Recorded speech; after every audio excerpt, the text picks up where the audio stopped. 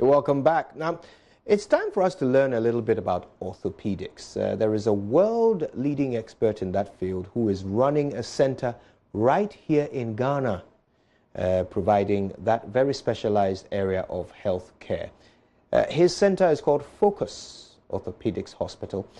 Let's learn about how him and the people there are doing everything possible to treat spine defects. And of course, the center has an upcoming dinner to raise some funds. We'll tell you how you can join this noble cause. Check this out. We're somewhere in Accra, not particularly far from Pantang Hospital. Just to situate this conversation, we're at FOCOS Orthopedic Hospital, the Foundation for Orthopedic and Complex Spine work. It has been in Ghana since 1997. Today we're honored to meet the man who brought it all to life, whose organization is now starting a new chapter in its life. And absolutely, we want to bring you along, Professor Ohinibabu Achieje, to be accurate. It's very nice to meet you. And Prof, your reputation precedes you, your work at Cornell University, which then led to you setting up this foundation here in Ghana, and the testimonies of those who have been here and benefited from the work you do. Perhaps I'll give you the chance to give us the origin story, Sure. Just very briefly. How did it all come to be? Definitely, and thanks for giving me the time and coming to visit our wonderful facility. I was in the U.S. for a long time, 40 years basically, and I went there basically to study, get a good education, become a good doctor, and hopefully make some money and come back and put it to good use. So in 1998 is when I established the Foundation for Orthopedics and Complex Spine as a not-for-profit organization in the United States when I was a professor at Cornell. So with that mission, our mission was basically to bring orthopedic care to Ghana. So I organized teams twice, 3 times a year, and we had these medical missions from 98 to 2007. Right. During which time about 500 volunteers accompanied me to Ghana, and we operated on many patients. We saw a lot of patients from Ghana and elsewhere. We had a clinic at East Legon, which was the FOCOS clinic. Yeah. And then we decided that it's probably better if we can have a permanent infrastructure, i.e. a hospital.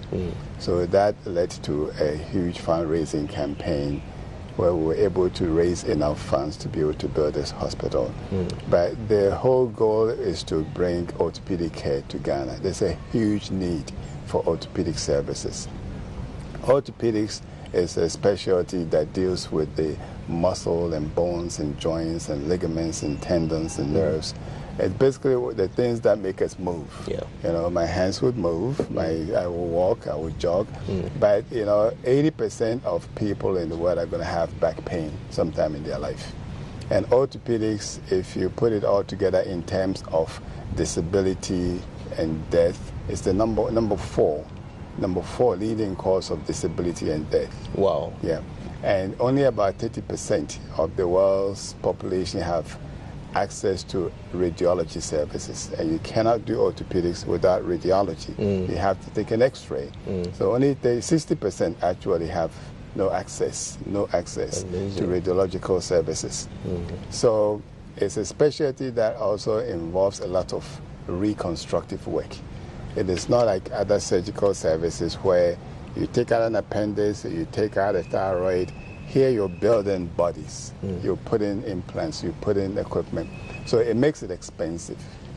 And for that reason, it's very difficult for underdeveloped nations to provide a comprehensive, high-quality orthopedic service, such that an operation which will cost like $100,000 to fix one complex spine, here we could do it for like $10,000. But it's still a lot of money for many people. So going back to what I was saying, is there's a huge need for the service in the country, 29 million people, and we have only 30 orthopedic consultants, which means 1 for a million approximately, which is really unheard of. Yeah. We can't have one orthopedics taking care of 1 million people. Yeah. So there is a huge need in manpower for orthopedics, and the same applies to other specialties too. Cardiology, oncology, neurology, urology. The specialty services is not really on the top list of the healthcare priority. You know, and because we only have 3,500 doctors in the country. So there's a huge need for everything. Orthopedics is one of them. And then there's not the infrastructure to really provide first-rate orthopedic care. So in terms of equipment, the diagnostic tools that you need, so all that is one. So that's one of the two reasons why I decided that this is very needed. And then the funding too doesn't exist, you know, for people to even pay for these highly specialized medical services. So those were the three promises upon which I decided that I'm going to come and make a difference, bring people to help, and then hopefully build a hospital that can become a permanent structure for us to provide the service to our citizens. So, Prof, how are you doing it? I mean, conducting a $100,000 surgery for $10,000. How are you even managing to, scale down the costs in that way? Yes, so we do it by several means. Definitely, the professional fees here is not the same as America. And also our costs are lower in terms of services that we're providing. But we are also adding or using the same high quality equipment. Okay, so how do we do that? Good question. When it comes to spine, I have designed spine implants, and I get royalties from some of them, and I put all the royalties back to patient care. We get donations from corporate partners, about 20 of them, from all over the world. So when you combine the corporate partnership, the medical device companies that I'm acquainted with, who give us the donations, and the ones that I designed for, who also give us good discounts. I've developed implants for Chinese companies, so that makes it possible for us to get donations or purchase at a discount. Wow. And then also we have philanthropists who provide us with funds for us to buy some of our equipment, like the MRI machine that we just purchased, and the solar project that we're doing, $1.6 million. This was sponsored. Right. So if we get it, and then we have Ghanaians and international partners who are also sponsoring patients. So if we put it all there together, then you can reduce the cost because you don't have to pay back a shareholder. Right. You don't have to pay back any dividends. So then we basically are meeting our cost. So the $10,000 was the bare cost that we can use to cover operations, implants, and also make sure that we're paying our professionals quite decently. That's amazing. And that's why we're able to do that. Now, you have to be ingenious a little bit. I can imagine. Now, Prof, my little sister is a doctor, and I remember when she was telling me about wanting to go into orthopedics.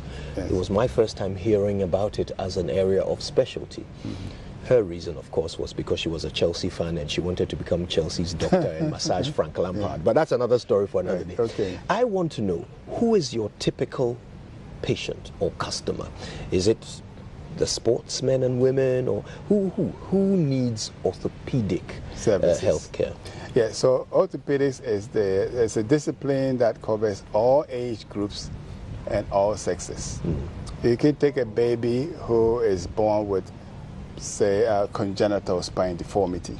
The bones in the spine didn't form well, or the hip is dislocated or dysplastic, or they have club feet. Because newborns, they can develop a club foot. 1 in 1,000 will have club foot. Okay, so even in a newborn, you can have orthopedic conditions: club foot, hip dysplasia, congenital spine deformity. They may have spina bifida. Okay, so even in a newborn, orthopedics can be a problem. And then as you grow, in your early years, you can develop other orthopedic conditions like bow legs. Right. Okay, your clubfoot may be present. You can develop spine deformity, scoliosis or kyphosis. You may develop a spine infection like tuberculosis. And tuberculosis affects the spine. It collapses it because it destroys the bone. And that can happen at any age. Okay, so tuberculosis can affect the spine at any age, in any sex. So your spine can also collapse. And then you can also have an infection in your joints. You know, so we have septic arthritis of the hips, osteomyelitis. And then sickle cell, you know, interestingly, sickle cell also affects the blood supply to the joints of the bones. So you can have a young adult, 20s, 30s, who has their hips and knees destroyed by sickle cell. Okay? And then the trauma comes in, the injuries. And the injury has no predilection for age. It doesn't discriminate. A kid falls and breaks an arm, broken arm. An old man falls and breaks a hip, broken a hip, needs to be fixed. And trauma is probably the most common orthopedic condition that is managed in this country. Poor road network, people are falling, bad workplace environments, people are not lifting correctly, or they're not doing things appropriately. So for all ages, you can develop an orthopedic condition of your hip, your shoulder, your back, your knee.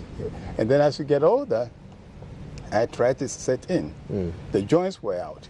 And when the joints wear out, you're going to have hip pain and knee pain. And you may need to have it replaced. And that can go all the way up to age 80 and 90 even. In some patients who are that old who come for hip and knee replacements. So, and as you can see, and then we have the sports injuries. So when you take orthopedics, all ages, all sexes, and then there are several categories of orthopedic care. I'm a spine specialist. I'm an orthopedic spine specialist. So I take care of problems with the spine, infection, degeneration, arthritis, and trauma, as well as deformity. Okay. And then, like, my son is an orthopedic surgeon, but he only deals with the shoulder, elbow, and hand.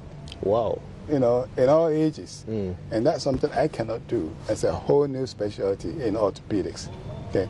And that's upper extremity. And then we have orthopedic surgeons whose specialty are hip replacement and joint replacement, like Dr. Ojeda, who's our arthroplasty surgeon. And he does hip and knee replacements in older individuals. And then we have orthopedics who do just foot and ankle. Because there are a lot of foot and ankle problems, bunions, you know, hallux valgus, and club feet, and that's their specialty, and I can't do that. Okay. And then you have orthopedic surgeons who takes care of sports injuries, and that's sports medicine. So sports medicine is another field in orthopedics. So as you can see, even here at FOCOS, our concentration is really in spine, arthroplasty, joint replacement, trauma, and pediatrics. And then occasionally we do some sports medicine, but we don't have all the expertise even here present. So orthopedics is probably the most varied specialty that covers all ages and all sex, in both sexes. It's a huge discipline. I'm beginning to see that. Now, how do your patients come to you? Do you get referrals from other hospitals? Do you advertise? Where do they come from? Yeah, so we advertise. I'm told we cannot advertise medical services in the country, but actually most of our patients are word of mouth. Other patients who have had good experience come here. And then we also have referrals from other hospitals and other physicians. And we get patients from 45 countries. And as we speak, I have a patient from Nepal, one come from Tanzania, a patient from Ethiopia. So FOCOS is really on the map when it comes to orthopedic care. You know, of course, we are internationally acclaimed. We received the Best Medical Tourism Award, hospital award for West Africa last year, for instance. Wow! So people come from around the continent. They come from all over the world. Actually, 45 countries that we get patients from. So it's mostly physician referral, hospital referral, and then patient referrals. And then patients also will Google orthopedic care, and they will see us on the map, and they will call for a referral. So talk us through the different departments, units, and so forth that you have here at the FOCOS Hospital. So our services are very varied and wide. We have the outpatient department, where we screen patients initially for orthopedic conditions, and then decide what they need, whether surgery or no surgery. And then we have an urgent care where patients can walk in if they have a bruise or an injury or traumatic conditions that we could take care of.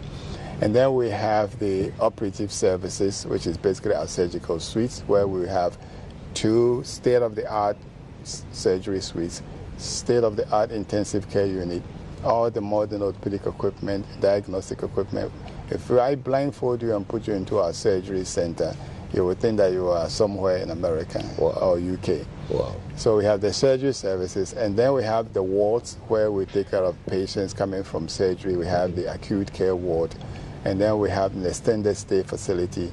And then on the other side, we have all the diagnostic equipment that you need to be able to make a proper diagnosis.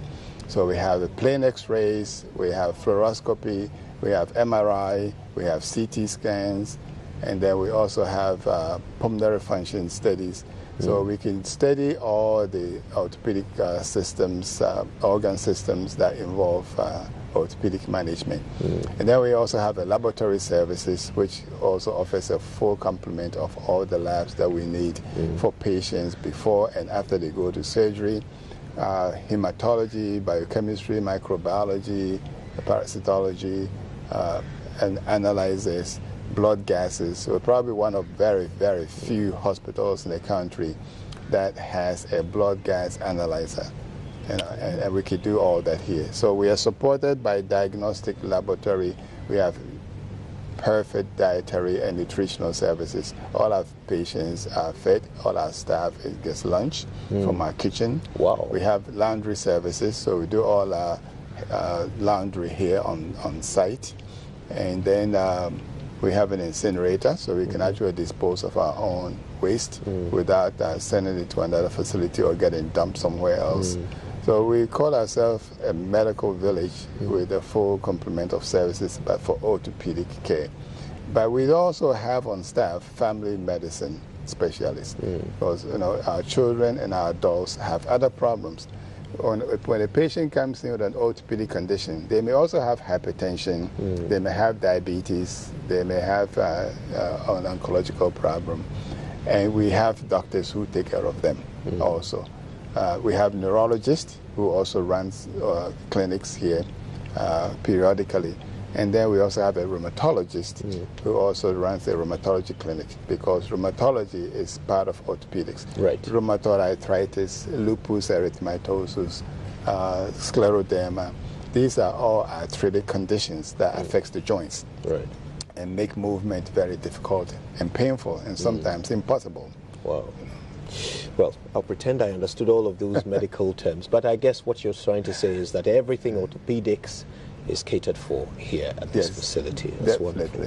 Yes. Now, you gave a statistic earlier that alarmed me. You talked about how, at this rate, there are probably one orthopedic specialist to about 1 million Ghanaians. Yes. Scary, very scary. I mean, It because you can well imagine that a lot of us will need orthopedic care at one point or the other. So what are we doing about it? I mean, you, of course, you're a world-renowned expert. You've taught at Cornell. You have invented technology for this, this specialty around, that is used around the world. What are you doing about succession planning? What are you doing to ensure that the next generation of orthopedic specialists might be Ghanaians?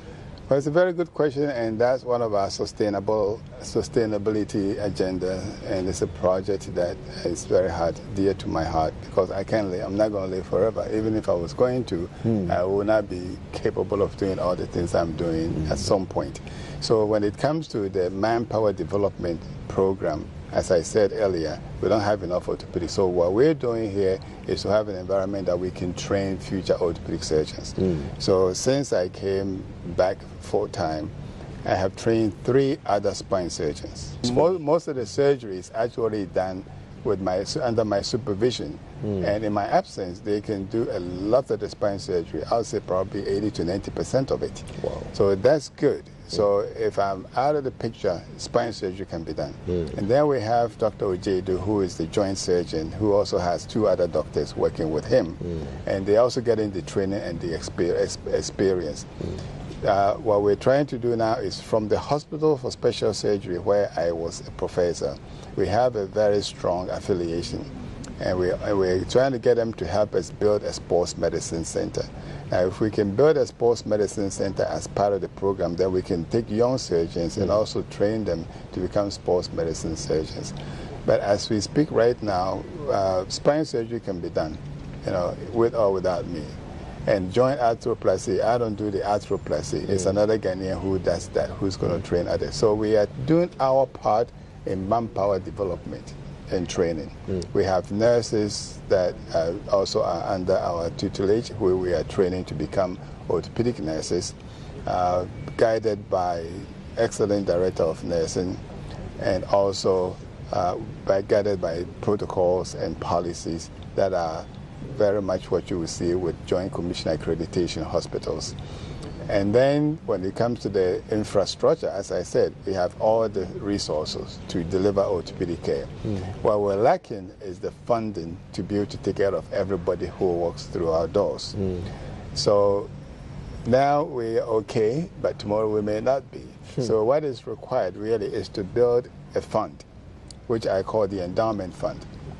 And that's the appeal that I'm going to make to everyone, is that everyone should join us to build this endowment fund. Because if we can build an endowment fund of, say, $50, $60 million, then the proceeds can take care of continual training and education programs.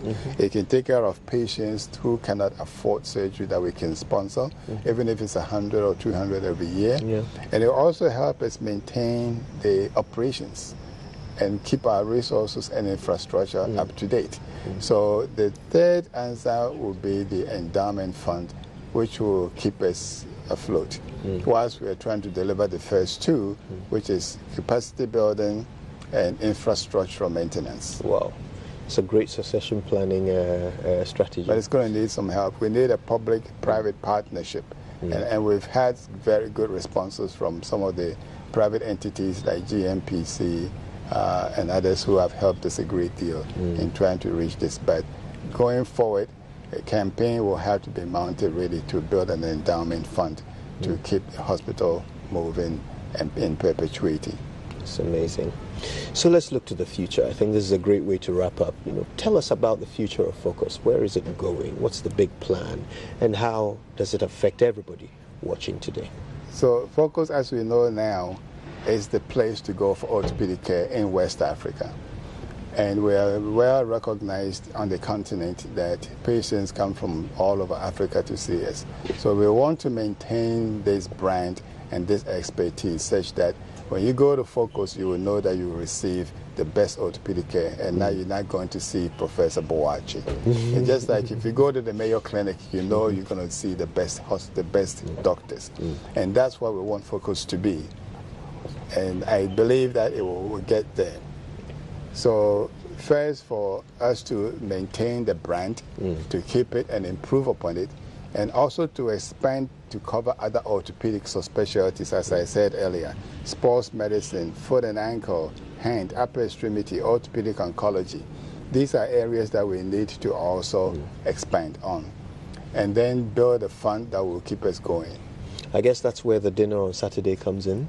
Yes, it's part of the agenda. It's part of the plan to get our individual to get people to support us by their contributions and donations, so that we can continue to build the fund that I'm talking about, to be able to support patients, sponsor those who can't afford it, and also keep the hospital afloat. Give us some details about Saturday. I mean, who's invited, what's the theme, and so forth. So this will be our third annual fundraising dinner in Ghana. The previous ones we had guests of honors that were President Kufuor and Mr. KK Sapon. This year we have Sir Sam Jonah as our special guest of honor. There will be other dignitaries who will also be attending. We usually expect about up to 300 people in attendance. It will be at the Kempinski Hotel. And we hope to be able to raise about 1 million cedis, a modest amount that will help us basically get through some of our early budgetary headaches. And it's going to be a night of fun. There will be music. Becky is going to be there. I will be there. And we're going to bring also to the stage some of our grateful sponsors and patients who have benefited from sponsorship. Wow. So it's a time to report to those who have helped us as to what we've been able to achieve with their support, and to thank them for it. Sounds like a beautiful night, and I wish you all the very best with it and with everything else that you're trying to do here with the FOCOS Hospital. Professor Ohiniba Boakye Eje, what a pleasure. Thank you so much. Thank you very much, and looking forward to see you on Saturday. I'll be there. All right, let's party.